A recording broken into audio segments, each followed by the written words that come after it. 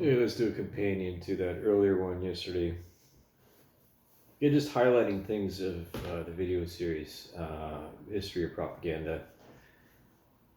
You know, just thinking about highlights, right? And I just added videos about India, Pakistan, which implicates the Belt and Road Initiative. This is all stuff that's happening right now, right? And it has been for the lead up, anyways, has been happening for decades because of China's central planning and their organized economy, right from the top down. It's of course, authoritarianism, but which makes me think about the one-child policy, the surplus of men, and then the use of extraordinary warfare, which again, just part of the business, right? The means by which we try to dominate and assert our superiority over another group of humanity. Uh, and it's pretty basic. If you as a young man you come to terms with the phrase, "Oh, it's all about the pussy," right? If you're not getting laid, you're not getting paid, you're not getting saved, right? Um, and you're not going to save anybody else. The basics of humanity has to do with sex, right? Reproduction. And whether we like it or not, that's as basic as we are. And we create all these barriers in between. And, every man has to figure out their own game, right? He got game, she got game, that sort of thing. I say not asserting, but demonstrating intelligence, because intelligence is sexy. It's much more sexy than physical appearance, physical attractiveness, because looks fade, right? For women, this is a harsh reality. There's an expiration date on attractiveness, because biologically, if you're going to go by the brass tacks and the bones of our existence, nothing lasts forever, and a woman loses half her eggs by the time she's 35. Right? This is supported by so many years of research and observation. I don't need to get into it. It's just highlighted by P.J. Watson. Right? No eggs. It's very scary. Hence the pressures societally. For women to find a mate much earlier in their years. And we've got to take from the Muslims here, and this is I'm going to make this this is very controversial, but not really, um, because we're most fertile in our youngest years. Same with men. Men have their highest testosterone in their late teens, early 20s. So the drive to find companionship and reproduce is very high, right? And those pressures upon teenager and young adult society, right? That for which differentiates itself or seeks to differentiate with identity and rebellion, and creates their own languages, their own terminologies. But that's part of our biology, right? That's part of our psycho social evolution, right? Is to separate oneself from your parent family and seek out genetic diversity, right? Hence the basic attraction to the novelty, of outsiders, especially for women. Women especially find men from other places to be of greater attraction because of variety, right? And hence why this the status right now of men, including myself, who sought to better themselves by any way possible through service or dedication or a sacrifice for delayed gratification. Don't need to do a red alert right now. This is already a red alert, in my opinion. You know, we have a population at our doorstep. You know, if I'm going to address this tactically and to safeguard my own borders, so to speak, right? Because I'm Canadian, I want to stay Canadian, and I want my children to stay Canadian. I don't want my children to be Middle Eastern, and I don't want my children to be Indian. That's the gist of it, right? And you think about conflicts and the ebb and flow of world geopolitical situations, and the reality of the statistics and the great replacement reality and the historical contexts of different religious groups and splintering factions and intertribal warfare that we've been doing as humans to each other, no matter what branch of humanity we come from. Because, you know, again, I'll highlight this, the out of Africa theory is fucking bullshit. It's total bullshit. You know, the victor writes history. But there's no more secrets in the age of information. So here we are. I'm making a video. You know, here we are. Some other smart people are making videos. Because the rejected history is the true history. And you can come to those same conclusions because of so much evidence backs it up. And the oral traditions, they back it up. You know, no idea exists in a vacuum, right? If you're not observing what's going on and you don't have all the puzzle pieces, right? You don't have the collection of people from different viewpoints, you know, involved in this discourse, you know, and are not being censored, and are not being silenced, and are being truthful and fair, right? Because if we don't agree by the same rules, dictatorship happens. And nobody wants dictatorships. We want, ideally, to have plutocracy. That's the best thing that can happen. Or by a meritocracy. As ideally, you know, the military operates by. You know, be my little general. There's only one general, but there's many other ones below him.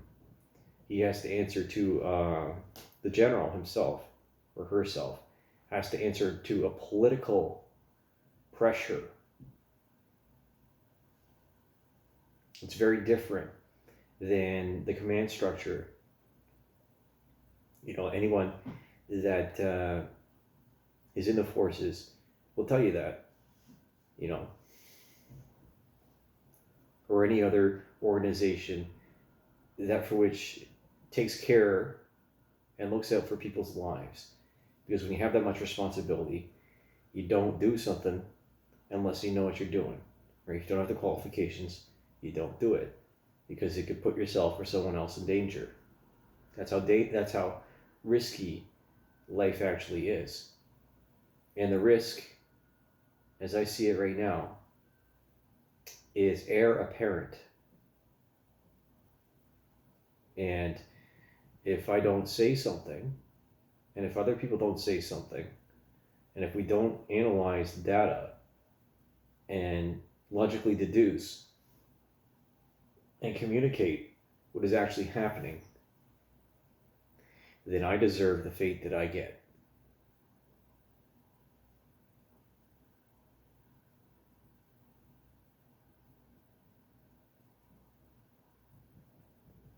We could try to erase our history, or we can allow other people to try and erase our history. Because it might not mean anything to us at the time.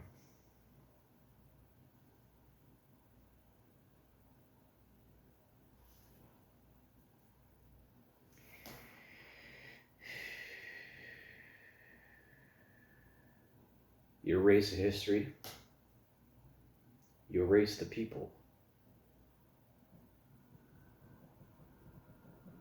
You burn effigies and tear down statues. You mark up and destroy pieces that are cultural icons, like Van Gogh's sunflowers, for the sake of cultural revolution.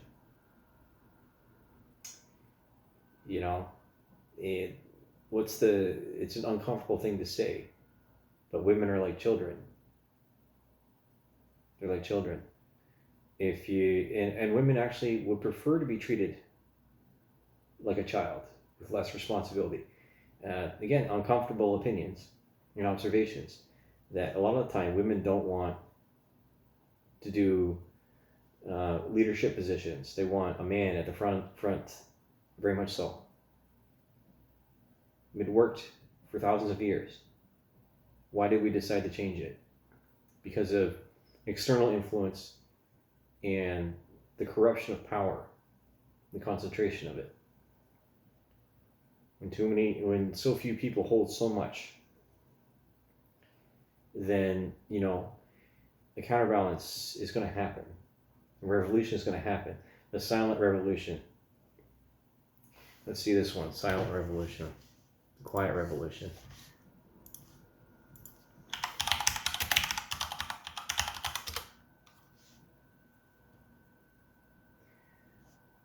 So I might have mentioned this before, and this is pertinent to Canadian history. So this is Révolution tranquille. Ils se sont en temps de change rapide.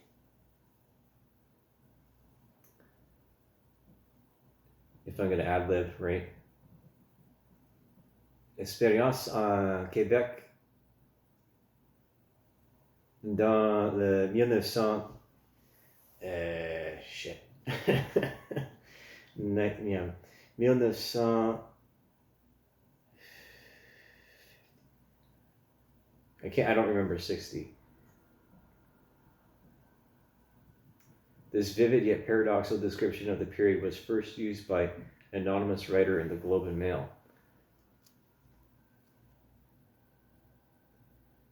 So, cette description paradoxique usée dans la période de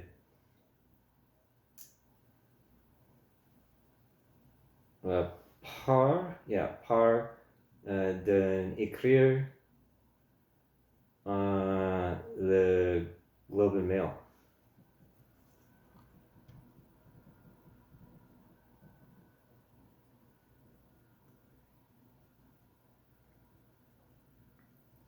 That's right. So, les révolutions tranquilles sont un temps de change rapide en Québec.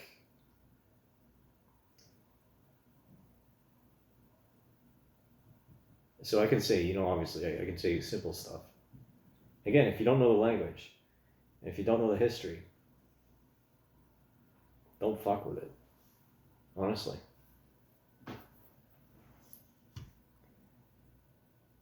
That being said, I have much to learn.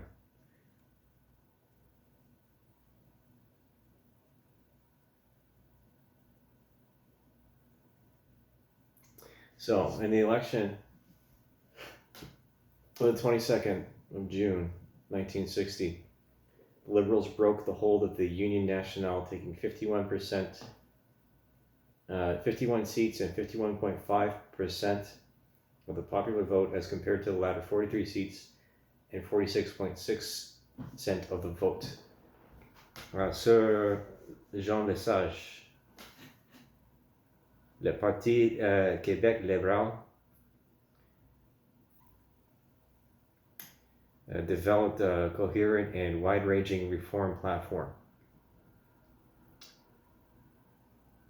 L'issue centrale de l'élection was indicated by the Liberal slogan, "C'est ça un temps de change."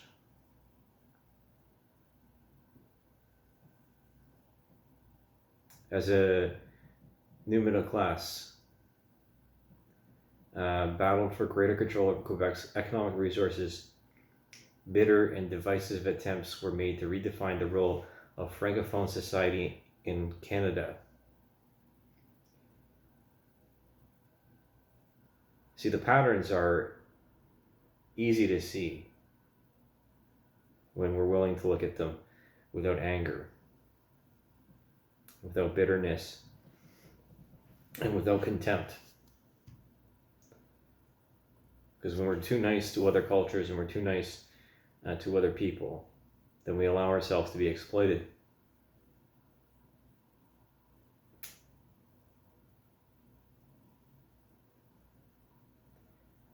I encourage you to look at this, The Quiet Revolution, if you haven't already. Because if you didn't live through it, talk to someone that did. Or talk to them about their parents.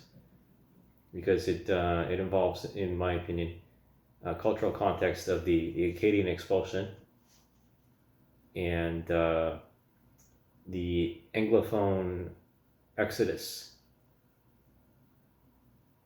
Quebec in Canada, I would consider a microcosm of what is happening to us nationally right now by another culture for historical revenge, as an observation through logical deduction. So I'm going to reconfirm the date right now, May 16th, 2023.